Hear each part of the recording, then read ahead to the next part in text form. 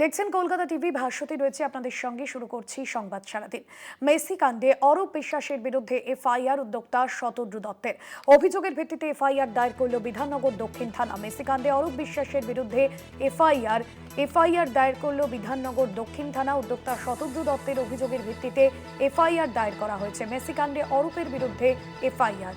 Messi কাণ্ডে অরূপ বিশ্বাসের বিরুদ্ধে এফআইআর। উদ্যোক্তা শতদ্রু দত্তের অভিযোগের ভিত্তিতে এফআইআর দায়ের করল বিধাননগর দক্ষিণ থানার পুলিশ।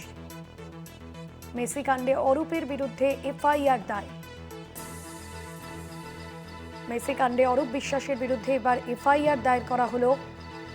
উদ্যোক্তা শতদ্রু দত্তের অভিযোগের ভিত্তিতে এফআইআর দায়ের করা হয়েছিল। আমরা দেখেছিলাম যে মেসি কাণ্ডে যে বিশৃঙ্খলা পরিস্থিতি তৈরি হয়েছিল মেসির কলকাতা সফর নিয়ে, এবং তারপরে উদ্যোক্তার বিরুদ্ধে একাধিক অভিযোগে তাকে গ্রেফতারও করা হয়েছিল। পরে তিনি জামিন পেয়েছিলেন এবং তিনি তারপরেই সরকার পালাবদল হয় এবং তারপর তিনি তৎকালীন সরকারের বিরুদ্ধে একাধিক বিষয় তিনি অভিযোগ এনেছেন এবং মন্ত্রী অরূপ বিশ্বাস সহ একাধিক নাম তিনি উঠিয়ে এনেছিলেন, যেখানে তিনি বলেছিলেন যে শুধুমাত্র তাদেরকে আড়াল করতেই তাকে সামনে এনে বসানো হয়েছে।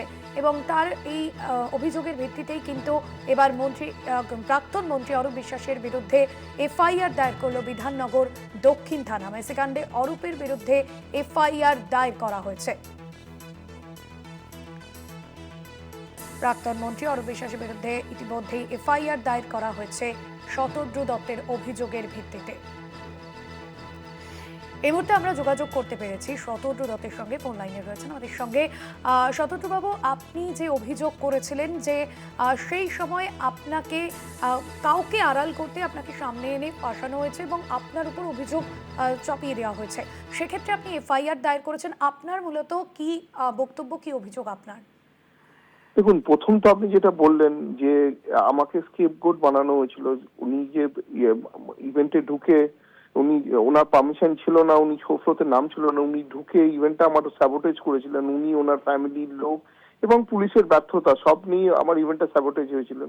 কিন্তু তার আগে উনি আমাকে থ্রেট করে, ইন্টিমেট করে, গাইড জোরে অনেক টিকিট নিয়েছেন, কমপ্লিমেন্টারি টিকিট, প্লাস উনি গাছ জোর করে ওনার রিলেটিভদের অ্যাক্রিডিটেশন কার্ড বানিয়েছেন, যারা মাইনর তাদের অফিসিয়াল বানিয়ে মাঠে ঢুকে এনেছিল। ওনার রিলেটিভ জুই বিশ্বাস মাঠে ঢুকে ছবি তুলেছেন। তো পদে পদে উনি আমাকে ইভেন্টের আগে আমাকে চমকেছেন এবং থ্রেট করেছেন এবং বারবার একই কথা বলেছেন যে ওনাকে যদি কমপ্লিমেন্টারি টিকিট বেশি না দেওয়া হয় উনি ইভেন্টটা করতে দেবেন না।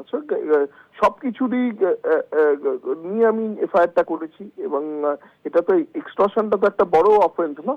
আর প্লাস তো আপনারা তো দেখেছেন, তো লাইভ টিভিতে তো দেখাই গেছিল উনি গাছ জোর করে মাঠে ঢুকেছিলেন, যেখানে ওনার নাম ছিল না শো ফ্লোতে। সব বিষয় নিয়ে আমি কমপ্লেন করেছি এবং পুলিশ কগনিজেন্স নিয়ে সেটার জন্য এফআইআরটা নিয়ে রেজিস্টার করেছে। শতদ্রু বাবু, সেক্ষেত্রে আপনি এই মুহূর্তে কি চাইছেন, অর্থাৎ আপনি এই মুহূর্তে আইনি পথে লড়তে চাইছেন? নিশ্চিত। আমি চেয়েছি ইম্পার্শিয়াল ইনভেস্টিগেশন হওয়া, যেটা ইনভেস্টিগেশন হোক। যেরকম আমাকে অ্যারেস্ট করা হলো 1 ঘন্টার মধ্যে, সেখানে ওনাকেও ইনভেস্টিগেশনে ডাকা হোক। এবার পুলিশের মতন করবে। দেখুন, আমি তো পুলিশকে বলতে পারবো না পুলিশ কি করবে, অন্তত বিচারটা যেন ইম্পার্শিয়াল হয়, ওই বায়াস যেন বিচারটা না হয়। পুলিশ, আমি যে ইনফরমেশন, যেই সব এভিডেন্স দিয়েছি, পুলিশ তার উপর যেন অ্যাকশন নেয়। এবার পুলিশ কিরকম কি করবে সেটা পুলিশের ব্যাপার, সেটাতে আমি ইনভলভ হতে পারবো না, কিন্তু আমি বিচারটা আশা করবো আমি যেন পাই। একদমই, অনেক ধন্যবাদ জানাবো আপনাকে। আমাদের সঙ্গে ছিলেন মেসি ইভেন্টের উদ্যোক্তা শতদ্রু দত্ত।